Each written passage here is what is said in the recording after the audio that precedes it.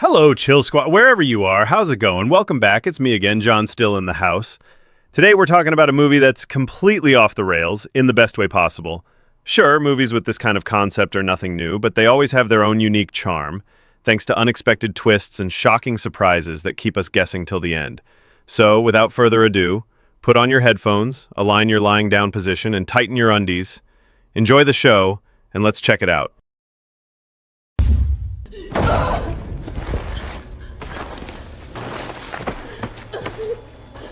The story begins with a glimpse of a young girl running for her life. She's being chased by something.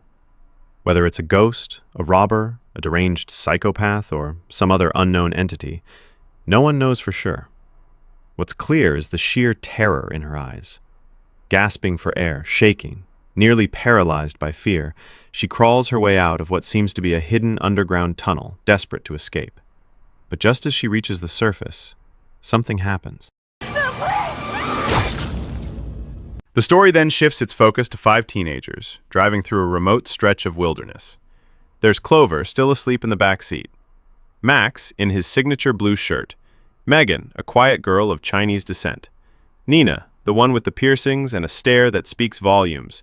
And finally, Abe, behind the wheel, focused, calm, and leading the way. They're not on a regular road trip. This is an expedition. Their destination? The last known location of Clover's sister, the same terrified girl we saw at the beginning of the film. She's been missing for 2 weeks, and Clover can't just sit and wait anymore. She's missing, not dead. Arriving at the rest area, Clover replays the last video from her sister Melanie. From the background, it's clear Melanie made a video call from this exact place.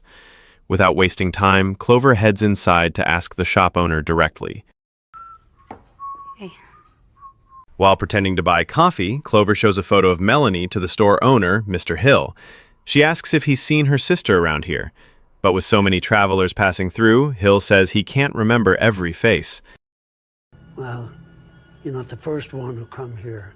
I mean, do a lot of people go missing around here? Hill then adds that Clover isn't the first person to come asking about someone missing. A few other travelers have asked the same thing before. He warns her about a place further up the road, a valley known as Shadow Gorge. Locals believe it's cursed. Anyone who stays there never returns. With a serious tone, Hill advises Clover to turn back. For her own safety and for the sake of her friends, he says it's better to search somewhere else. That's where people get in trouble. Glore Valley? Yeah. Instead of listening to Hill's warning, Clover and the others decide to head straight to the valley. Along the way, tension rises. An argument breaks out. Some of them disagree with Clover's decision, worried about what might be waiting ahead. The mood turns uneasy when Megan suddenly admits something strange. She's been trying to turn around, but no matter what she does, they just keep circling the same area over and over again. And just as they choose to push forward, something happens. Holy shit. What is going on? Then it happens. A strange weather anomaly known as the rain boundary. A curtain of rain falls ahead of them, creating a clear, unnatural divide between the dry side and the pouring rain, almost like an invisible wall splitting 2 worlds. The group is stunned. None of them have ever seen anything like it. Drawn by curiosity, they step closer and decide to capture the rare moment on camera. I don't know, I don't remember. It's cool though. And there it is, the Lodge Hill was talking about. The place is eerily quiet, almost lifeless. Not a single sound, not even wind. The atmosphere feels heavy, off. While waiting for the rain to pass, they decide to head inside, hoping the owner might have some answers. Maybe there's someone inside that could tell us where we are. It's crazy. Inside, they find no one. The whole place feels off. Nina senses something strange. Everything around them looks neat and spotless, too clean, like someone's been taking care of it daily. There's even an old hourglass on the table, still in perfect condition. The lights still work, and on the counter they find a guest book, completely blank. Out of curiosity, Nina decides to fill it in. Feeling the urgent need to use the bathroom, Megan rushed to the toilet to do her daily business. But when she tried to turn on the sink faucet, no water came out. Meanwhile, Abe was still busy taking pictures of antique items inside. Photography was his thing, and he liked shooting short cinematic videos on the side. When he entered one of the rooms, he found several old photos and newspapers pinned to a bulletin board. And when he peeled them back, he discovered that Abe finds a bunch of old photos and newspaper clippings pinned to a corkboard in the room. But as he starts looking closer, he freezes. Every single photo is of a missing person. No context, no explanation, just faces. Some smiling, some blurry. And the weirdest part? They're all posted here, in a random guest room, like it's totally normal. But then it hits him. Right there, among the missing, is Melanie, Clover's sister. Clover, meanwhile, is still outside, scanning the area, trying to make sense of the silence. Then, out of nowhere, she hears a whisper. It sounds just like Melanie. A shadowy figure appears behind the thick fog, slowly moving away. Drawn by instinct, Clover follows. She keeps walking, but finds nothing, just empty air and more fog. Until suddenly, Max grabs her arm from behind, pulling her back in a panic.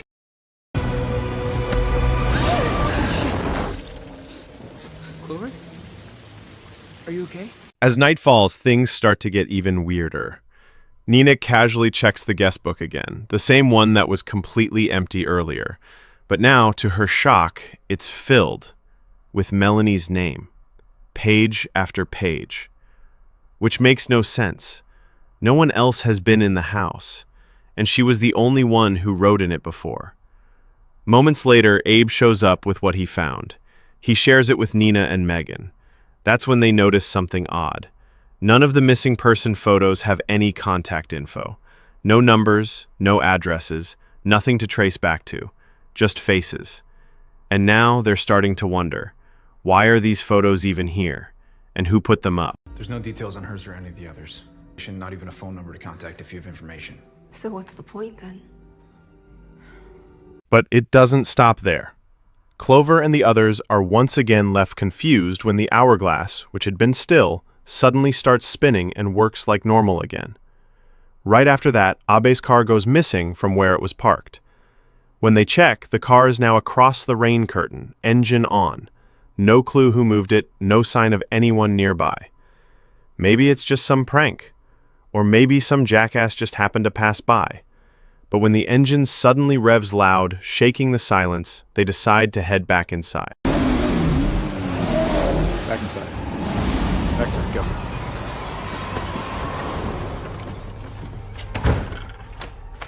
They consider calling 911, but there's no signal. Abe and Nina decide to keep watch by the window, while Clover and the others go search for a landline, hoping it still works. Down in the basement, which is surprisingly dark, Max is confused by something odd. A window. In a basement. Underground. It doesn't make sense. Meanwhile, Clover finally finds a working phone and immediately tries calling 911.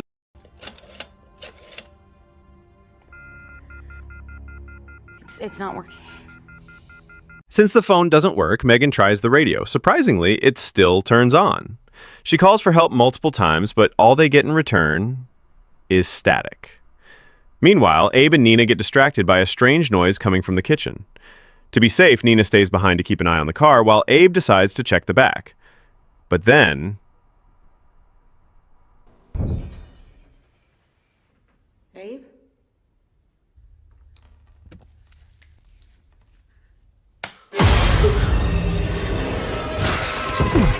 Yes, Nina is completely shocked to find Abe dead, lying in a pool of blood.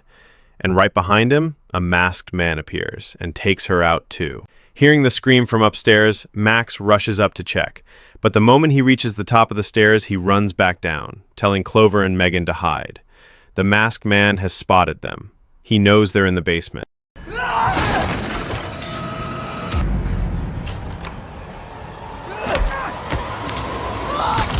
Unfortunately, Max is killed while trying to fight back. Right after, Megan is caught, slammed around like a rag doll, left barely breathing. Clover can only watch in horror as the masked man bashes Megan's head repeatedly until she stops moving. Even stabbing him in the back with a kitchen knife isn't enough. He doesn't go down. Panicked, Clover runs, straight into the woods. But then...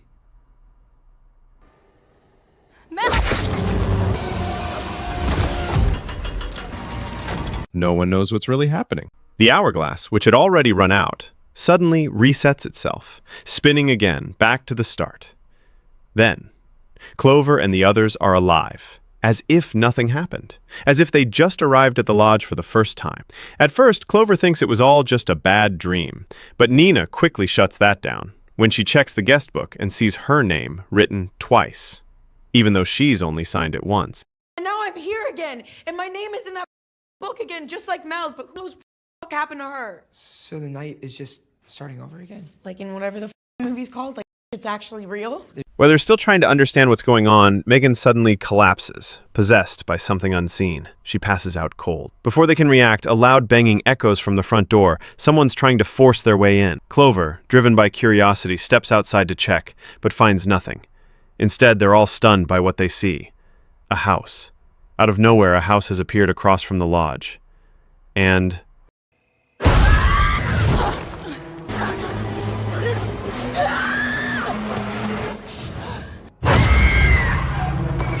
this is where Clover wakes up, inside a quiet, empty house filled with unsettling mannequin parts scattered around the room.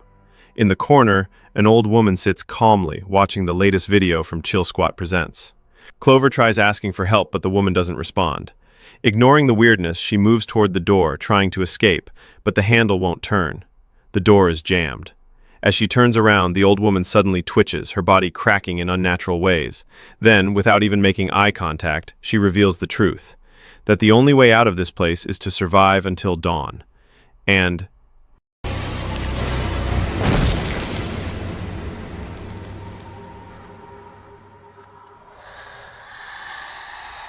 switching over to Abe and Ina, who were planning to escape using a car that had suddenly appeared parked out front. But just as they were about to leave, another psychopath showed up, blocking their path and killing them both. Meanwhile, Max was searching for Clover, only to find that her body had already turned to ashes. Max continued his search up to the second floor, and when he didn't find her there and was about to leave, suddenly... Whoa! Clover?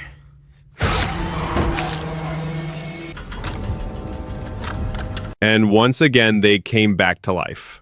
Along with the hourglass, which also began to turn back. Nina couldn't make sense of the guest book, which kept adding new names, and Megan's hair started falling out as if she were lacking nutrition. The same thing was happening to Nina, Clover, Abe, and Max, all of whom were growing physically weaker from not being able to eat or drink while being trapped in this place. Survive the night, or become a part of it. While they were resting, Abe playfully turned on the faucet, and this time, water actually came out. Without hesitation, he drank it right away, followed by Clover and the others, who were also thirsty and quickly drank as well. Clover then told them about what the old woman had said, and Max concluded that they might be trapped in some kind of time loop. He believed that the only way to survive was to stay alive until dawn. Maybe if we can make it until dawn, then maybe this will be over. Yeah, part of the night, right? It means that if we don't get out, we're stuck here forever. Not long after, Abe started coughing up blood, and suddenly his body exploded. Nina wasn't spared either, as she too blew up moments later. Megan suspected that the water they drank might have been poisoned, and she was right. Her leg suddenly exploded, followed by her head and the rest of her body, just before it all came crashing down on Clover and Max. That's when Clover started thinking maybe they needed to come up with an escape plan from this place. And then... I can't. I'm sorry. Having grown somewhat used to dying, they no longer cared much about the terror or whatever might happen next. Clover and the others began to focus on finding clues to solve the mystery. While rummaging through some files, Clover accidentally came across several business cards bearing the name Dr. Hill. After looking closely, she suddenly realized Dr. Hill was the man she had met at the gas station the other day. Yeah, this is the guy from the gas station, look. This is Dr. Alan Hill. That wasn't the only surprise. Abe also uncovered a chilling fact about the town's dark history. 20 years ago, this place was home to the largest gold mining operation in Pennsylvania, but in 1996, a massive landslide struck, caused by overly deep drilling, killing at least 1,100 people and swallowing the entire town whole. The whole town got, swallowed up by the earth. That's why there's no other houses here. As a result, this place became one of the most terrifying locations, haunted by a million dark memories. Dr. Hill, a brilliant psychologist, took advantage of this. He had originally been assigned to help the survivors cope with the severe trauma caused by the disaster 20 years ago. But during his time here, he discovered an opportunity, a way to combine a person's deep psychological trauma with a horrifying place like this. Dr. Alan Hill, a trauma specialist, was brought in to work with the survivors. While Abe searched for anything they could use as a weapon to survive the night, Max, out of curiosity, started playing a few old tapes he found scattered near the TV. Sure enough, once he played them, the tapes turned out to be recordings documenting Dr. Hill's brutal experiments on the survivors, all in an effort to find out how long a person could endure under extreme conditions. What are you doing to me? Why do I keep coming back? Why do you have these things that keep killing me?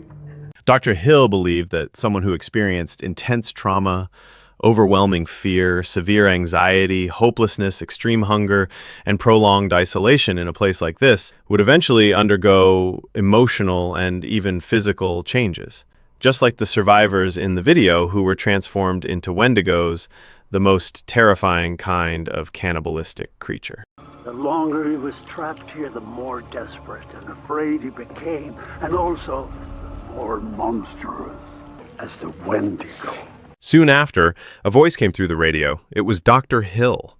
He explained that they had all been chosen to be the next subjects of his experiment.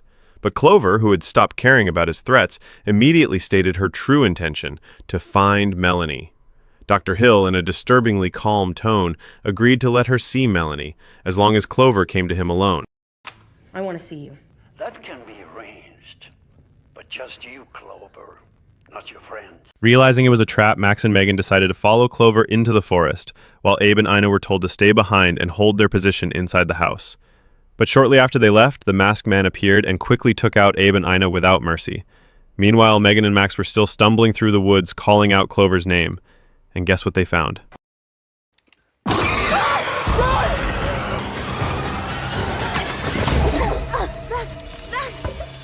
After narrowly escaping the Wendigo, Megan ended up trapped on a sheet of fragile glass and fell along with the creature, which immediately dragged her off to who knows where.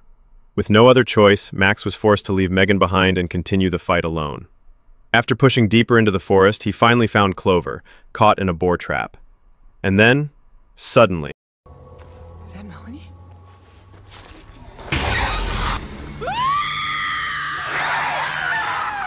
Yes, Melanie appeared, now fully transformed into a Wendigo. For a moment, Max stood frozen in disbelief, unable to process what he was seeing. But quickly, he grabbed Clover and the two fled, hiding behind the fence at the back of the lodge. Realizing they wouldn't survive the night, Clover turned to Max and suggested something desperate: to die one more time and try to escape again the next night.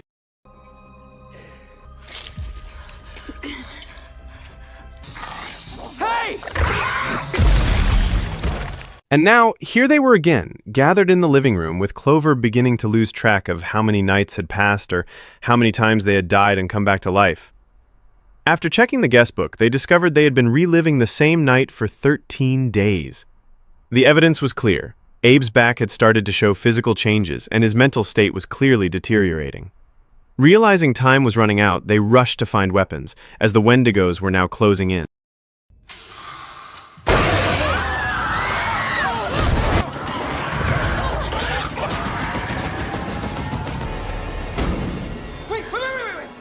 After narrowly escaping the Wendigos, they now found themselves face to face once again with the masked man, blocking their path in the living room.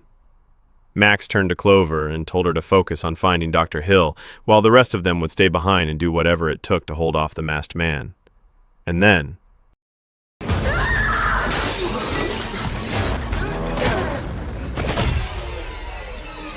Asshole! As for Clover, she came face to face with Melanie once again, who immediately attacked her. Clover tried to reason with her, but it was no use. Deep down, she didn't have the heart to fight back, but she had no choice. In a desperate struggle, Clover managed to push Melanie, causing her to fall onto a sharp rock, impaling her.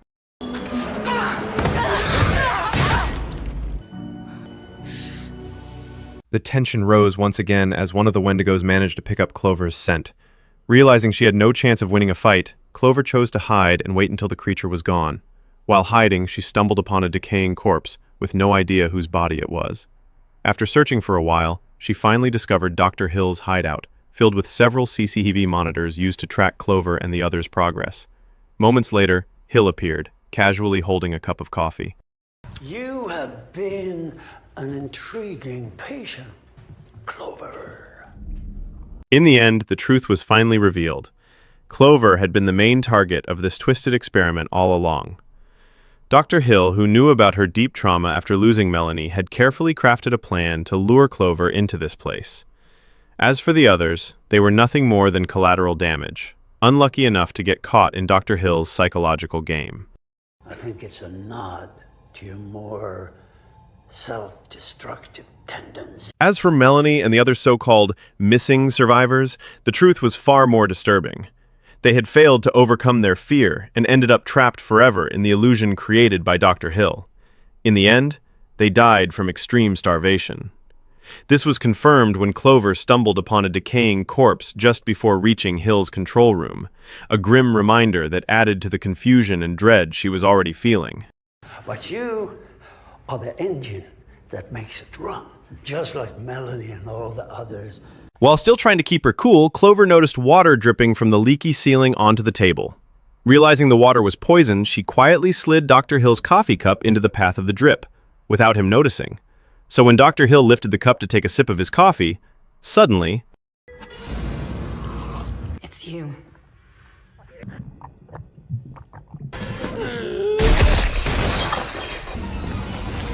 With Dr. Hill now dead, his body exploding after drinking the poisoned water, Clover's next mission was to rescue Megan, who had earlier been dragged by a Wendigo into the interrogation room. After successfully saving Megan, Clover then moved on to rescue Max and the others, who were still being hunted by the remaining Wendigos. All they could do now was survive, and wait for the hourglass to run out.